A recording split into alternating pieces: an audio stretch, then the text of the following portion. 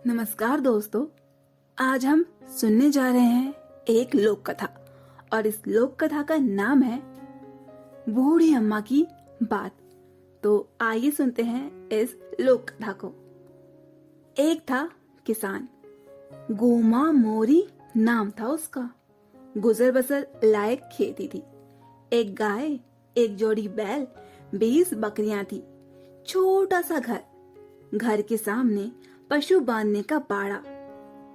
3 साल से वर्षा बहुत कम हुई थी। न फसलें हुई थी न चारा। इस वर्ष भी आषाढ़ सूखा ही रह गया था। वर्षा की कोई आशा नहीं दिख रही थी। खेत जोतकर क्या करूंगा? गोमा ने एक लंबी सांस छोड़ी और मन ही मन सोचा। वह बैलों को हाँकते हुए वापस घर की ओर चल पड़ा। अगले दिन गोमा बड़े सवेरे सो कर उठा। बैल व बकरियों को बाड़े से निकाला। उसकी पत्नी बकरियों को घेर कर उन्हें चराने ले गई। उसने फिर हिम्मत बटोरी और हल को बैलों के कंधों पे रखकर चल पड़ा खेतों की ओर।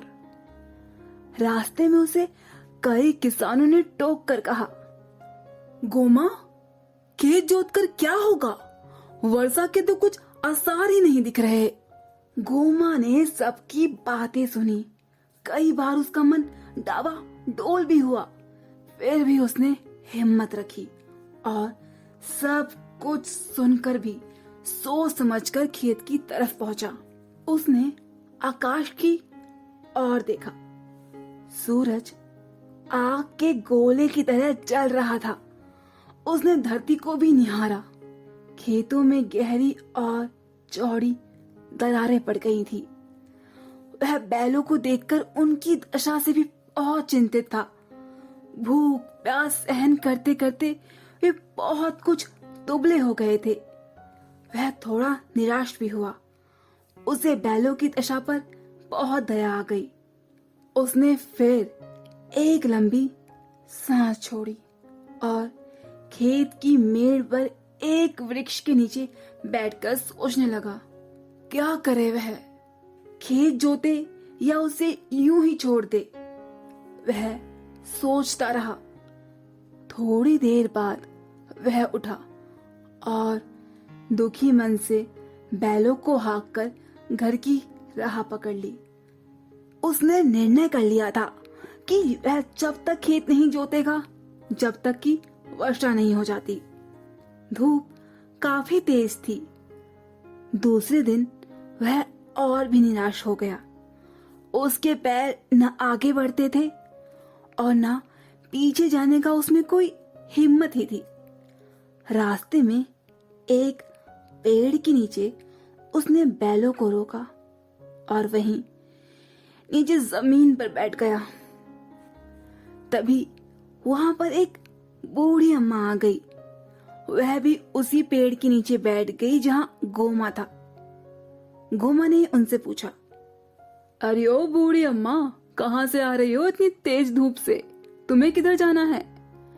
बूढ़ी अम्मा ने कहा, मैं तो अपनी नातिन से मिलने पास के गांव जा रही हूँ, लेकिन तुम इस समय यहाँ क्या कर रहे हो? यह समय तो खेत में हल जोतने का है ना, लेकिन तुम तो यहाँ पे बहुत आराम कर रहे हो। क्या तुम बीमार हो या तुम्हारे बैल बीमार हैं? कहीं तुम्हारा हल तो टूट नहीं गया है?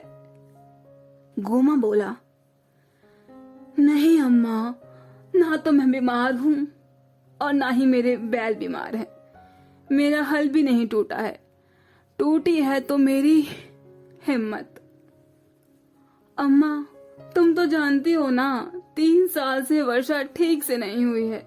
इस वर्ष भी यही हाल है। खेत जोत कर मैं क्या करूंगा? बूढ़ी अम्मा बोली, देखो बेटा, वर्षा तुम्हारे हाथ में नहीं है। यह तो प्रकृति पर निर्भर है। जब बादल बनेंगे तो वर्षा अवश्य होगी। तुम्हारा काम है खेत जोत जोत कर तैयार करना। तुम अपना काम समय पर करो। प्रकृति अपना काम अवश्य समय पर करेगी। वर्षा अवश्य होगी।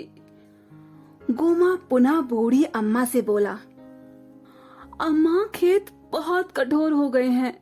मेरे बैल दुर्बल है, इन्हें पेट भर चारा तक नहीं मिल रहा। पीने के लिए पानी तक की दिक्कत है। यहाँ तो पेड़ों की पत्तियां तक खत्म हो गई हैं। बेचारे बैल कैसे हल खींचेंगे?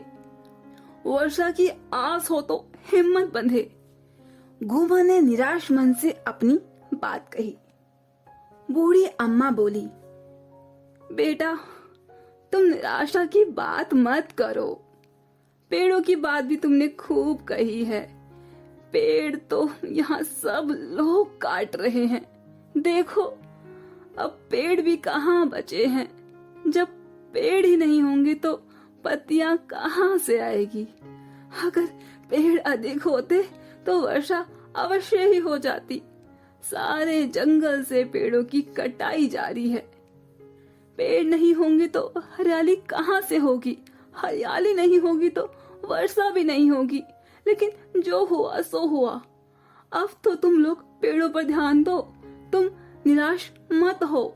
खेतों में हल चलाओ, उन्हें हाक जोतकर बोने के लायक करो। इस मौसम में भी कभी ना कभी तो वर्षा अवश्य होगी। बूढ़ी अम्मा ने मुस्कुराकर गोमा की हिम्मत बढ़ाई। वह उठी और लकड़ी टेकती हुई अपनी राह चल दी।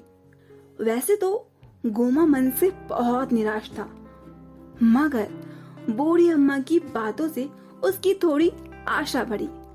अगले दिन उसने पूरी उत्साह से अपना खेत जोतना शुरू कर दिया। उसने लगातार 4 दिन तक हल चलाया। खेत खूब अच्छी तरह से तैयार हो गए थे। गोमा अपना काम पूरा करके बहुत प्रसन्न था। अब वह बैलों को हाँकते हुए घर की ओर चल पड़ा। पूरी राह वह गुनगुनाता रहा। उस रात उसे नींद भी अच्छी तरह से आई थी। 4 दिन की कड़ी मेहनत के कारण वह निढाल होकर सोया। सवेरे जब वह सोकर उठा तो गाय रंभा रही थी, बकरियां मिमिया रही थी। सवेरे सवेरे अपने पशुओं की ये आवाजें सुनने के लिए उसके कान तरस गए थे। वह पलकर उठा। उसकी पत्नी ने आंगन से आवाज लगाई, अजी सुनते हो? बाहर तो आओ, वर्षा होने वाली है। गोमा झटपट बाहर आया।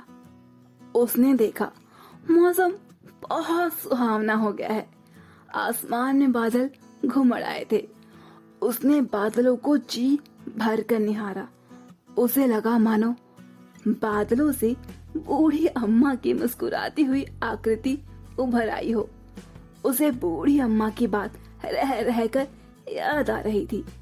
उसने मन ही मन बूढ़ी अम्मा को प्रणाम किया और सोचा कि वह ठीक ही कह रही थी कि तुम अपना काम समय पर करो, बादल बरसने लगेंगे।